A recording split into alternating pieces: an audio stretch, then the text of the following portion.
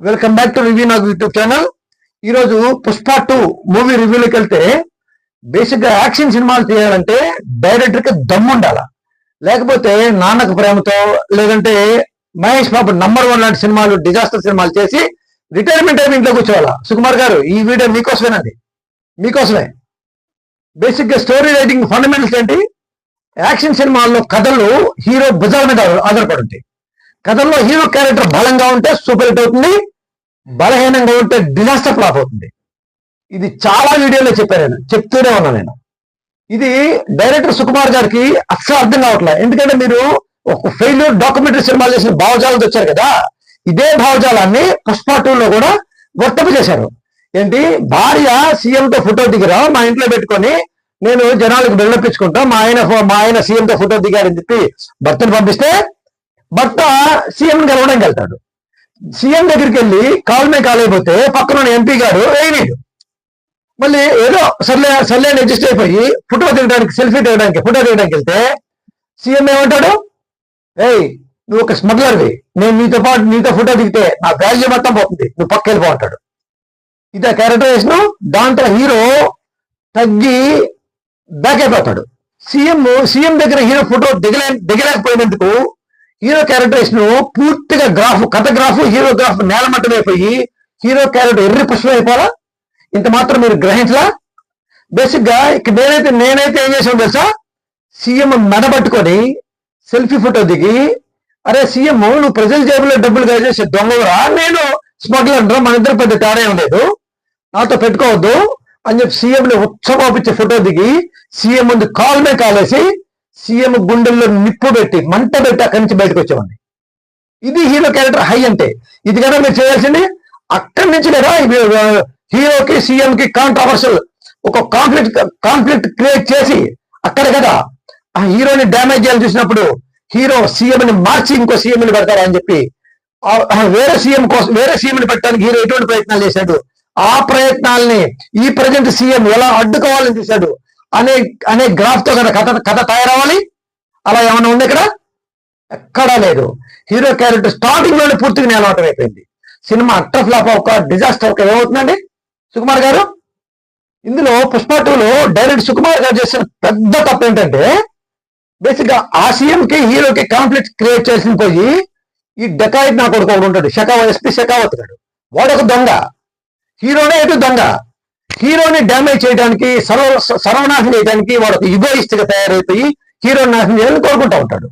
Hero ఇంకో CM తయారు చేయడానికి 500 కోట్లు కావాలి కాబట్టి 2000 టన్నులు విలువైనటువంటి గంధపు చెక్కలు స్మగ్లింగ్ చేస్తాను అడ్డుకోవడానికి విశ్వ ప్రయత్నం చేస్తూ ఉంటే అప్పుడు ఏం చేయాలండి? ఇప్పుడు షెకావత్ కి హీరో కనిపిస్తే హీరోని చంపేయాలి, హీరోకి షెకావత్ కనిపిస్తే అడ్డున్నాడు కాబట్టి హీరోని చంపేయాలి. అంతటితో హీరో క్యారెక్టర్ హై అవ్వాలి, లేదంటే హీరోని చంపినందుకు షెకావత్ క్యారెక్టర్ హై అవ్వాలి. ఇంటర్వల్ బ్యాంక్ లో హీరో ఏమైనా వార్నింగ్ ఇస్తాడు, 2000 టన్నులు గంధపు చెక్కలు నువ్వు ఉండగానే నేను దాటిస్తా, నువ్వేం పిక్కు అని చెప్పి అక్కడి నుంచి ఇదేం దాగుడు ముత్తలు అట్లాండి.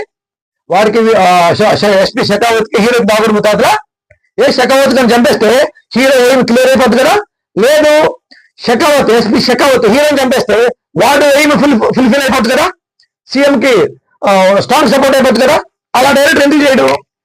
ఇంటర్వెల్ బ్యాంక్ లో ఈ 2 క్యారెక్టర్ని పూర్తిగా, అంటే విలన్ క్యారెక్టర్ ని హీరో క్యారెక్టరైజేషన్స్ ని రెండింటిని నేలమట్టం చేసి సినిమా గ్రాఫ్ మొత్తం నేలమట్టం చేశాడు. అట్టప్లా ఒక ఏమవుతుంది సుకుమార్ గారు?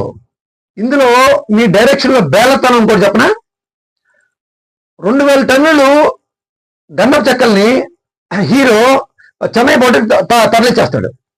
ఈడేం పేకలేకపోతాడు. ఎంత ఫ్రస్ట్రేషన్ ఉండాలి షెకావత్ కి? ఇద్దరు ఎదురెదురు పడినప్పుడు దూరం నిలబడి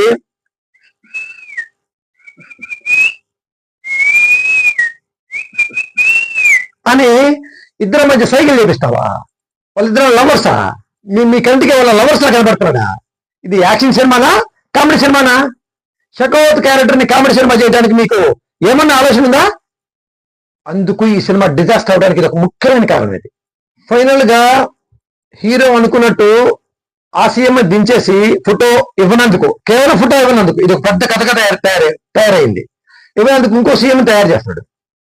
అంతటితో కథ అయిపోయింది. మళ్ళీ మొదలు పెట్టాడు ఇంకొక 40 నిమిషాలు ఆడియన్స్ ని హింసాత్మకమైన టార్చర్ చేయడంలో సుకుమార్ గారు మీరు నంబర్ 1 ప్లేస్కి వెళ్ళిపోయారు. మీరు జాతర సాంగ్ అవసరం అండి? జాతర సాంగ్ ఎందుకు అసలు? ఇది పార్ట్ 3కి లీడ్ ఇవ్వడానికి 40 నిమిషాలు టైం కావాలి మీకు. ఒక 5 నిమిషాలు 10 నిమిషాలు టైం తీసుకొని పార్ట్ 3కి లీడ్ చేయొచ్చు కదా. జాతర సాంగ్ లో మీ అన్న కూతురు అజయ్ కూతురుని వాళ్ళెవరో రేప్ చేయకపోతే వాళ్ళందరినీ కొట్టడం, డామేజ్ చేయడం, వాళ్ళని కక్షగా పెట్టుకొని ఆ అమ్మాయిని మళ్ళీ కిడ్నాప్ చేయడం, హీరో వెళ్ళి పెద్ద హెలికాప్టర్ వేసుకొని వెళ్ళి వాళ్ళందరినీ చంపటం, ఫైనల్ గా అజయ్ కూతురికి పెళ్ళైపోయి అందరూ ఇరు కుటుంబాలు, అజయ్ కుటుంబం హీరో కుటుంబం చాలా కలిసిపోయారు, సంతోషంగా ఉన్నారు అనుకో టైంలో విలన్ చేత వాడేవాడు రెడ్డి, మైనింగ్ కింగ్ ప్రతాప్ రెడ్డి కొడుకు బుగ్గారెడ్డి కొడుకుని చంపినందుకు హీరో అన్యోన్యంగా హీరో అన్న కూతురికి పెళ్లి మండపంలో ఉన్నటువంటి అందరినీ బాంబ్ బ్లాస్ట్ పెట్టి అందరిని లేపేస్తావా? అందుకే ఆడియన్స్ ఏమనుకోవాలి? హీరో చచ్చిపోయాడు అనుకోవాలా? హీరోయిన్ చచ్చిపోయింది అనుకోవాలా? అజయ్ కుటుంబం ఆ పెళ్లి మండపంలో అందరు చచ్చిపోయాడు అనుకోవాలా? ఈ ఎపిసోడ్ పెట్టడానికి మీకు ఎంత ధైర్యం కావాలి? ఇది నీచమైన భావజాలం ఉన్నప్పుడే ఈ ఎపిసోడ్ క్రియేట్ అవుతుంది. పెళ్లి మండపంలో పచ్చగా పెళ్లి చేసుకున్న కుటుంబాన్ని మీరు బ్లాస్ట్ చేశారంటే అసలు సుకుమార్ గారు మీకు హ్యాట్సాప్ అండి, హ్యాట్సాప్. అసలు మీరు కనిపిస్తే మీకు పాదాబంధం చేస్తాను నేను. ప్లీజ్ పార్ట్ 3 దయచేసి తీయకండి. తీసారంటే ఈసారి థియేటర్ కూడా జరగరాదు. నా మాట నమ్మండి.